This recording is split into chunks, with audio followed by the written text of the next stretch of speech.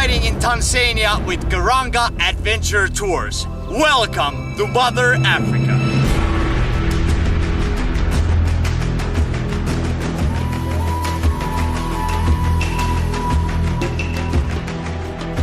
My name is Alpha. I'm the owner of Karanga Adventure Tours. Karanga Adventure Tours is an ecotourism company based in northern Tanzania, and we are doing motorcycle safari, jeep safari, and mountain trekking. Karanga Adventure Tours is one of the rare tour companies that offer you motorcycle adventure tours in Tanzania. These guys will take you off the beaten track and allow you to discover the scenic and authentic beauty of Tanzania. In Tanzania, you can experience huge variety of people with the cultural life, also beautiful landscape and lot of wild animals. Riding your motorbike among the wildlife is a unique experience. For example, in the trails that we ride, there's plenty of zebras and giraffes. Tanzania truly is the heart of Africa. We have been riding through the most amazing African landscapes. There's been highlands with green vegetation and lowlands with dry areas. We've seen mountains, savannas, desert sand, sand tornadoes, grass plains. We visit national parks and see things such as Mountain of God and the Hole of God. This is the Hole of God, which was created by volcanic depression. This means when two continental plates drift apart, it creates a sink and then this hole to the ground.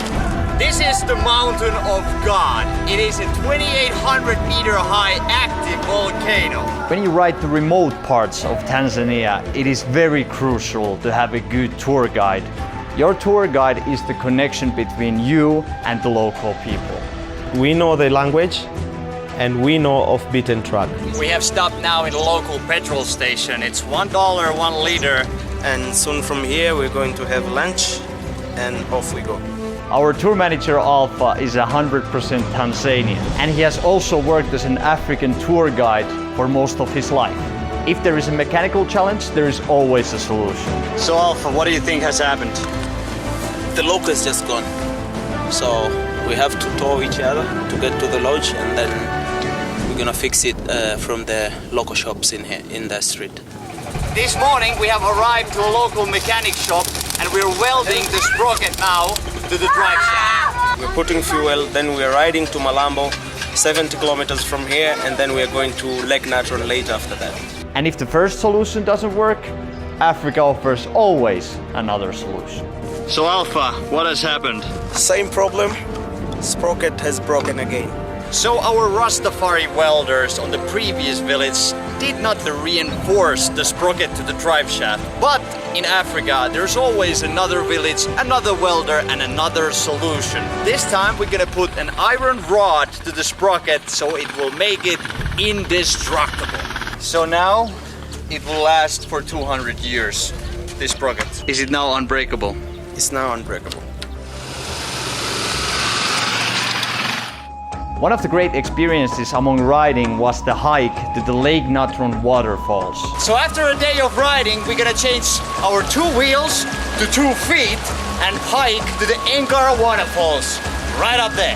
When you hike to the waterfalls in Lake Natron, you'll really experience natural jacuzzi. After that, we had a night out in a small village with the locals, playing cards and enjoying the spirit of the nation. Just get it on. Nightlife in Tanzania. This is a local drink, Tanzania finest drink, Konyagi, the best drink you can ever have in Tanzania. Oh yeah. Okay, this is the final round.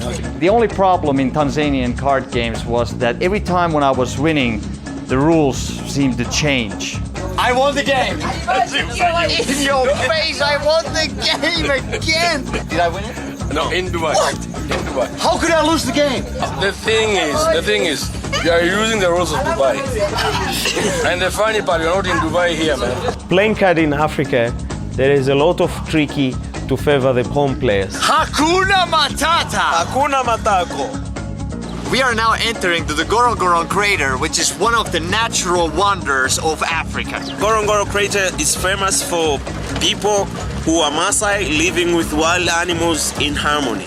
Gorongo Crater was born 2 to 3 million years ago when a huge volcano erupted and collapsed on itself. In our short visit on the crater we have seen baboons, velvet monkeys, zebras, gazelles, ostrich, buffaloes, hippos, hyenas, boomba, wildebeest, we seen lunch and a lunch break and many more. It truly is the cradle of life. On this tour we experienced 3 different nomadic tribes, which is Maasai, Toga and Hadza.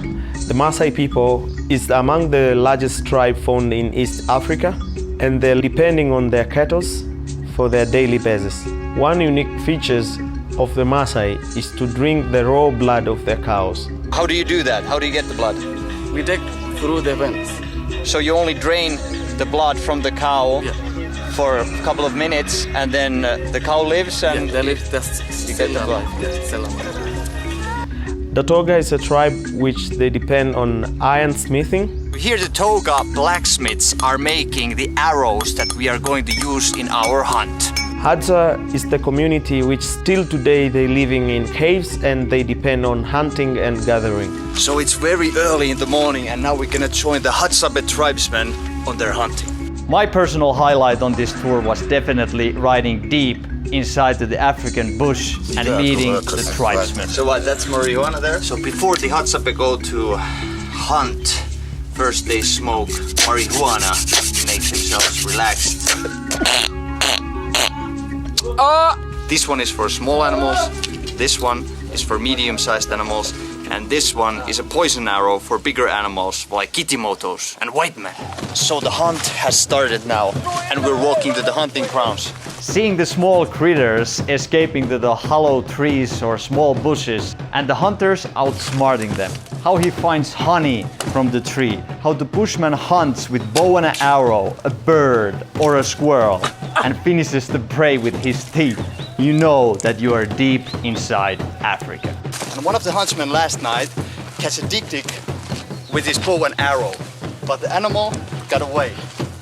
They followed the traces of the animal and found the dead carcass in a bush.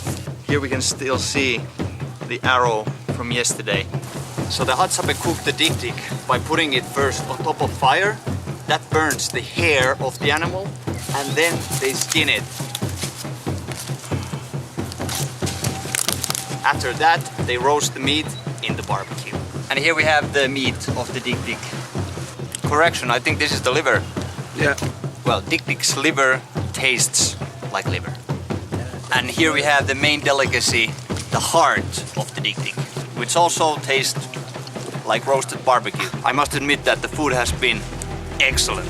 Surviving by living just from the land is a very hard thing to do, but these guys are the masters of it.